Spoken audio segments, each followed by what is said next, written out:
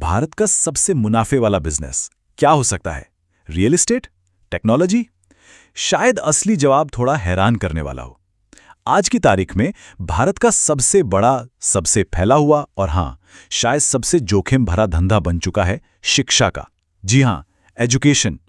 एक ऐसा बिजनेस जो अब हर शहर, हर जिले की कहानी बन चुका है। चलिए इसी सिस्टम की परतें खोलकर देखते हैं। तो इस पूरे बिजनेस की कीमत आखिर चुका कौन रहा है? ये जो लाइन स्क्रीन पर है, ये सिर्फ एक कोट नहीं है। ये उन लाखों नौजवानों की कहानी है जिनके हाथ में डिग्रियां तो हैं, पर आगे का रास्ता नहीं। ये कोई मामूली आंकड़ा नहीं, बल्कि एक ऐसी कड़वी सच्चाई है जो साल दर साल और गहरी होती जा रही है।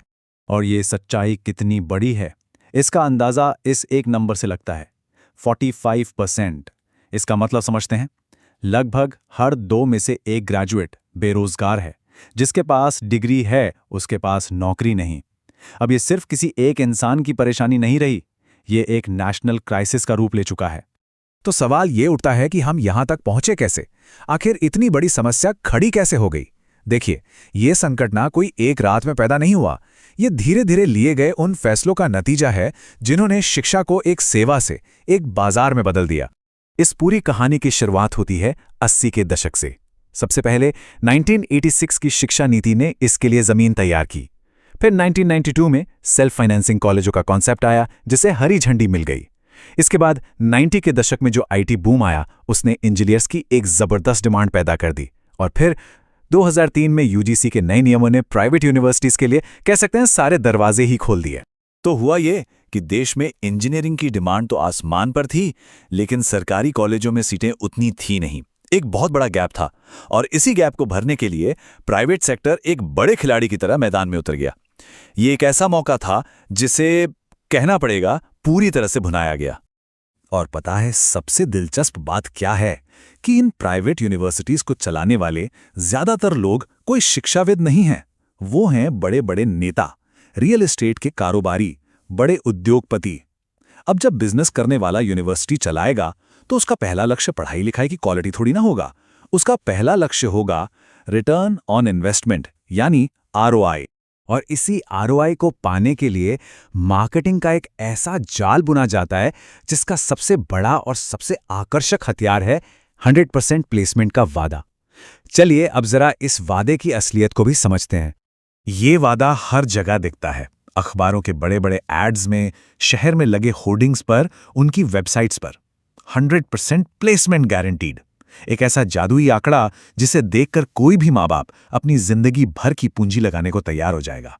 लेकिन इस वादे के ठीक आगे हमेशा एक छोटा सा सितारा लगा होता है, एक एस्टेरिस्क।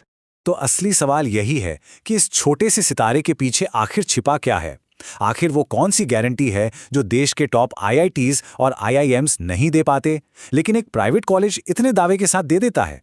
इसका राज छिपा है 3 बड़ी ट्रिक्स में। पहली, एलिजिबिलिटी क्लॉज। कॉलेज एक शर्त रख देता है कि प्लेसमेंट में सिर्फ वही स्टूडेंट्स बैठेंगे जिनके 75% से ऊपर मार्क्स हैं और कोई बैकलॉग नहीं है। इससे क्या होता है? एक बड़ी संख्या तो पहले ही रेस से बाहर हो जाती है। दूसरी ट्रिक, ऑफ कैंपस का भ्रम। मान लीजिए कोई ब्रिलियंट छात्र अपनी मेहनत से कहीं बाहर अच्छी नौकरी ले लेता है। कॉलेज क्या करता है? उसका पूरा क्रेडिट खुद ले लेता है और उसे अपना स्टार प्लेसमेंट बताकर खूब प्रचार करता है। और तीसरी और सबसे चालाक ट्रिक, कॉन्ट्रैक्ट जॉब्स। जब कोई ठीक ठाक कंपनी नहीं आती, तो छात्रों को अनपेड इंटर्नशिप्स या सेल्स जैसी जॉब्स में भेज दिया जाता है और उसे भी फुल टाइम प्लेसमेंट गिन लिया जाता है। प्लेसमेंट तो ठीक है, पर इसके अलावा मार्केटिंग का एक और नया हथियार है जिसे कहते हैं पेटेंट का खेल। इसका सीधा असर पड़ता है कॉलेज की रैंकिंग पर, और रैंकिंग का सीधा असर एडमिशंस पर। यहाँ असली खेल इस बात का नहीं है कि कितने पेटेंट्स को मंजूरी मिली, खेल इस बात का है कि कितने फाइल किए गए। क्योंकि जो रैंकिंग सिस्टम है वो फाइलिंग को रिवॉर्ड करता है, ग्रांटिंग को नहीं। जरा इन नंबर्स को देखिए। देश के सारे आईआईटीज ने मिलकर 6558 पेटेंट फाइल किए, जिनमें से लगभग 43% को मंजूरी मिली। वहीं गलगोटियाज यूनिवर्सिटी ने 2233 पेटेंट फाइल किए और मंजूरी कितनों को मिली? सिर्फ 2 को। लेकिन रैंकिंग के खेल में फाइल करने वाले नंबर के दम पर दोनों ही बड़े खिलाड़ी दिखते हैं। जैसा कि एक्सपर्ट्स भी कहते हैं, ये सिस्टम असली इनोवेशन को नहीं, बल्कि सिर्फ बेकार के पेटेंट फाइल करने की एक होड़ को बढ़ावा दे रहा है। और इसका नतीजा, सरकारी पैसा और परीक्षकों का कीमती वक्त दोनों बर्बाद। तो इस पूरी मार्केटिंग और रैंकिंग के खेल का एक बहुत ही गंभीर नतीजा निकल कर आता है, और वो है देश का एम्प्लॉयबिलिटी क्राइसिस, यानी रोजगार योग्यता का संकट। ये आंकड़े देखिए, ये सच में चौंकाने वाले हैं। हमारे 20% से भी कम इंजीनियर्स और 10% से भी कम सामान्य ग्रेजुएट असल में नौकरी के काबिल हैं।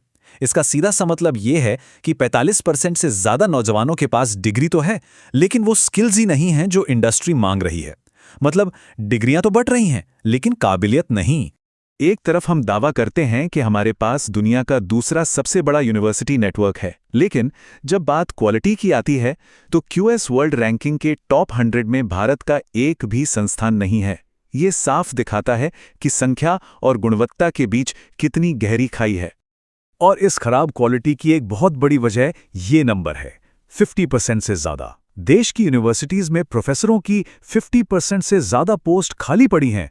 सोचने वाली बात है, शानदार बिल्डिंग्स तो बन रही हैं, लेकिन उनमें पढ़ाने वाले शिक्षक ही नहीं हैं। तो अब सवाल ये उठता है कि इस पूरे सिस्टम में रहते हुए एक छात्र या उसके माता पिता आखिर कर क्या सकते हैं? क्या इससे बचने का कोई रास्ता है? हाँ, जवाब सिर्फ सिस्टम में नहीं बल्कि हमारी अपनी जांच पड़ताल में भी है। किसी भी कॉलेज को चुनने का पैमाना उसका चमकता हुआ ब्रोशर नहीं होना चाहिए। वहां के ओलंपिक साइज पूल से ज्यादा जरूरी है ये देखना कि फैकल्टी कितनी क्वालिफाइड है। कांच की ऊंची इमारतों से ज्यादा जरूरी है ये जानना कि शिक्षकों को इंडस्ट्री का कितना अनुभव है। और 100% प्लेसमेंट के एड्स पर आंख बंद करके भरोसा करने से कहीं बेहतर है कि उस कॉलेज के पुराने छात्रों से बात करके जमीनी हकीकत का पता लगाया जाए। और हाँ, बड़े लेवल पर सिस्टम में भी बदलाव की सख्त जरूरत है। प्लेसमेंट के जो डेटा हैं उनका एक स्वतंत्र ऑडिट होना जरूरी है। जिन कॉलेजों में फैकल्टी की भारी कमी है उनकी मान्यता रद्द होनी चाहिए। और रैंकिंग सिस्टम में पेटेंट फाइल करने को नहीं बल्कि असली पेटेंट मिलने को यानी इनोवेशन को इनाम मिलना चाहिए।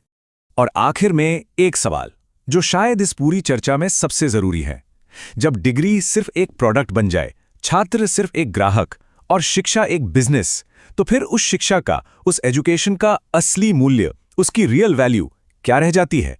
ये एक ऐसा सवाल है जिसका जवाब हम सबको मिलकर खोजना होगा।